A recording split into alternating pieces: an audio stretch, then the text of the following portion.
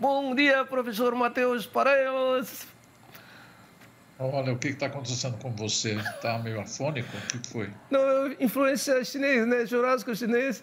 Eu, quando for em China, em Pequim, prefiro aquela famosa churrascaria de grande hervélio brasileira, que também tem churrascaria na China. Acho que lá vou comer picanha e outras coisas. Melhor do que tendão, imagino. Não, professor, eu não... Cadê não, você? não imagino. Engasgou? Espera aí. Não, é que tem uma mágica aqui. Quando sai aqui... Agora você está me ouvindo, tá? Agora sim. Água. Tem um negócio aqui, uma mágica técnica aqui, que quando some o som no meu fone, some o som para o meu entrevistado. Por quê? Eu não sei. Eu já chamei a NASA aqui, já chamei o pessoal da Apple, o pessoal... Ninguém consegue resolver esse problema. Não sei por quê, mas aconteceu pela primeira vez que e eles não acreditam quando eu falo. Então, eu não posso fazer nada. Bom, professor, é o seguinte, eu prefiro o nosso churrasco. Tendão não vai dar não, entendeu? A artéria aorta também não vai dar não, entende? Eu prefiro a nossa picanha. Vamos falar de boi, professor? Bem-estar animal, mas com relação a confinamento, porque eu até propus o tema, mas aí a gente tinha alguns outros temas de calor e de frio aí para falar antes, mas esse podia esperar. Né? Mas é porque o confinamento vem crescendo muito no Brasil e se multiplicou por 10 aí na atual estação, né, de confinamento. Então, eu acho que você tem muito animal junto, muito animal agregado, muito animal próximo, comendo no mesmo coxo, etc, etc e tal. Tem os fatores aí que a gente já falou, de frio e calor, que no gado a pasto tudo bem, influencia, mas no gado que está ali confinado e muito junto também acaba influenciando de outra forma. Enfim, existe alguma outra maneira de se fazer confinamento ou existem, né, algumas regras para bem-estar animal em confinamento, professor? Tavinho, vamos lá, vamos por partes aí. O confinamento cria uma situação que o animal fica completamente dependente dos cuidados ali do ser humano, para tudo, né? Nós que vamos fornecer o alimento, inclusive facilitar a colheita do alimento no pasto, ele tem que andar dando uma mordida aqui, uma mordida lá no capim, ali ele vai encontrar tudo pronto, balanceado, né? Um produto elaborado, bem elaborado nutricionalmente, vai encontrar água, enfim. A gente tira ele do espaço natural dele, então tem algumas complicações em relação ao comportamento. Também ocorre com maior frequência problemas que são relatados no próprio confinamento, como problemas com sodomia, problemas com hierarquia de um animal que não deixa o outro comer, animais que não se adaptam por motivos que às vezes a gente nem entende muito bem qual é, eles simplesmente não se adaptam, não conseguem se desenvolver ali. Esses animais normalmente são retirados do confinamento antes que a coisa fique pior, mas um ponto importante nessa história toda é que quem está no controle da situação somos nós, seres humanos, e a gente não pode falhar, né? Se a gente falhar, quem vai pagar o preço somos nós mesmos, que não vai ter o mesmo rendimento, o mesmo desempenho dos animais e, obviamente, os animais que vão sofrer por conta dessas falhas. Tem outras alternativas também, com o semi-confinamento, que é uma técnica desenvolvida aqui no Brasil, às vezes até integrado com a agricultura, muito interessante. E o confinamento bem manejado, bem conduzido, que também te traz um bom resultado. A realidade nossa de confinamento, Tavinho, você deve já saber isso há muito tempo, ela é um pouco diferente do que ocorre nos Estados Unidos e Canadá, né, que os animais passam um longo período, eles vão para o confinamento logo depois de desmamado. A nossa realidade aqui ainda é só para final, né, o processo de terminação, para finalizar a engorda, o que também cria uma condição mais favorável para os animais. Isso, de certa forma, ameniza o problema? Nós podemos dizer que, por exemplo, como os animais, logo depois do desmame, já vão para um confinamento nos Estados Unidos ou na Austrália, aqui como eles só vão na terminação, isso, de certa forma, alivia o problema um pouco, ou os problemas um pouco, professor?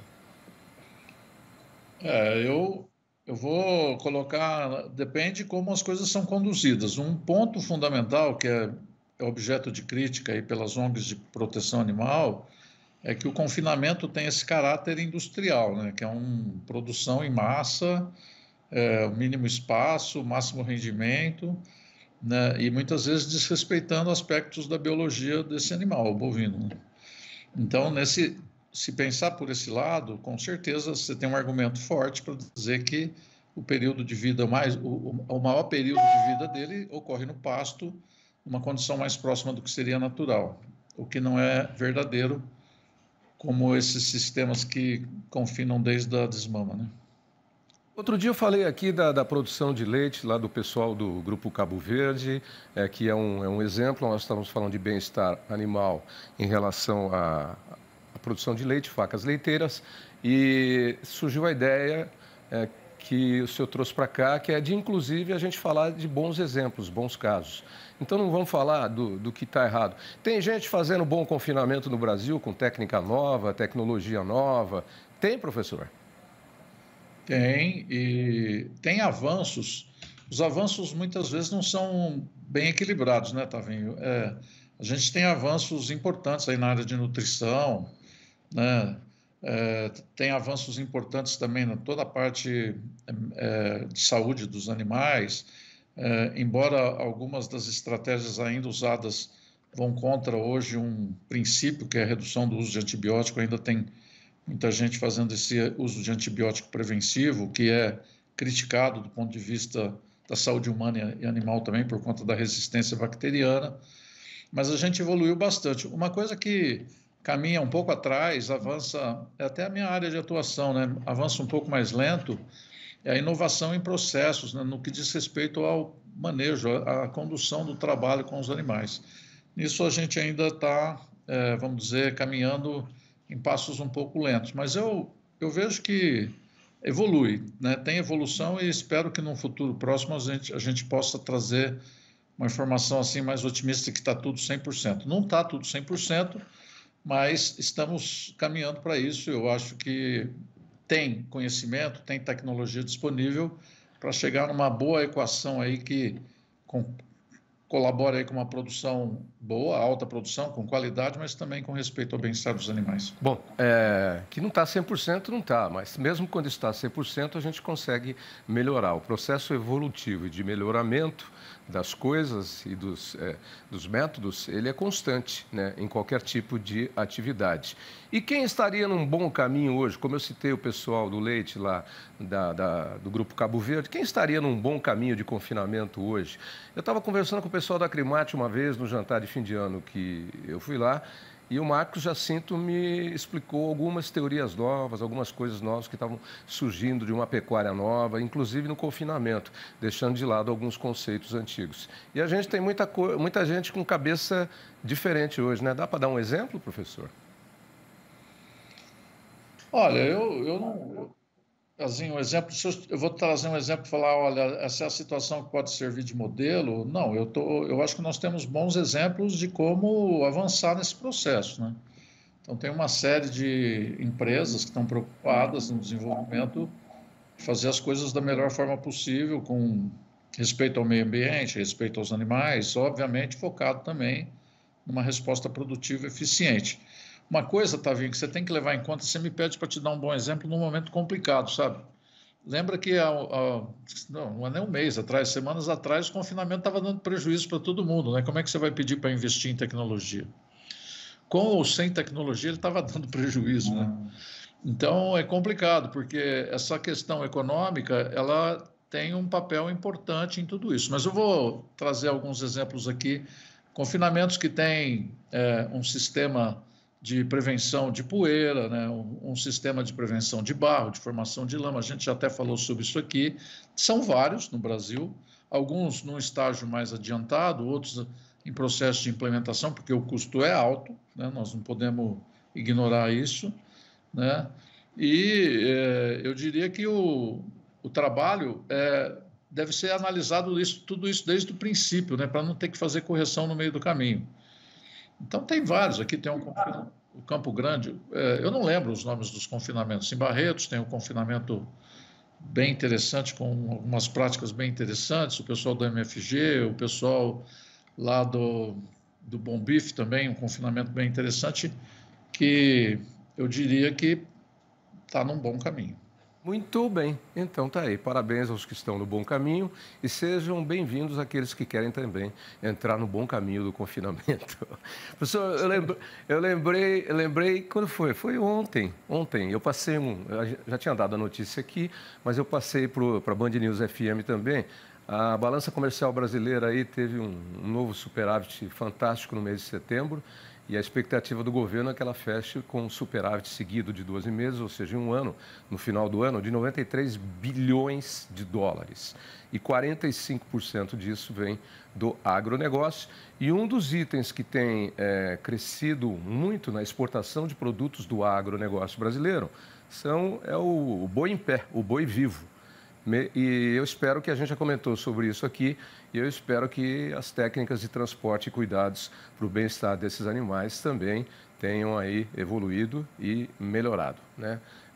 Mas esse é um dado importante. No mês de setembro, a exportação de animais vivos cresceu muito, muito mesmo, dentro dos produtos exportados pelo agronegócio brasileiro.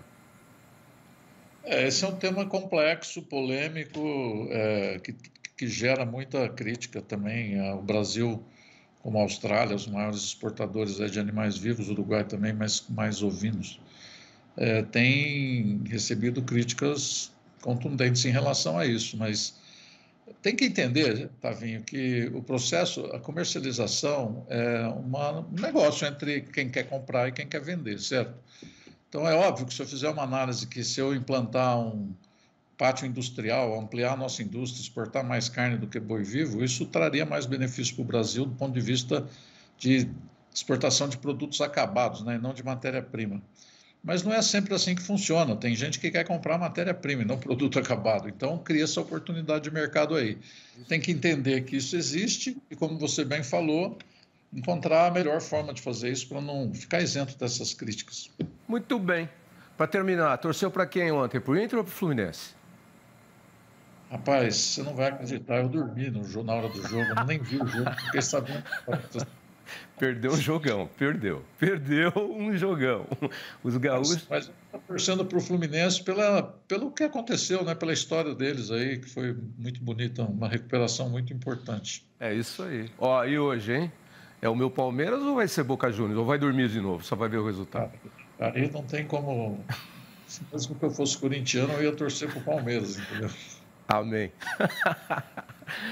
Uma ótima semana, professor, e até quinta que vem. Abraço. Tchau. Tchau.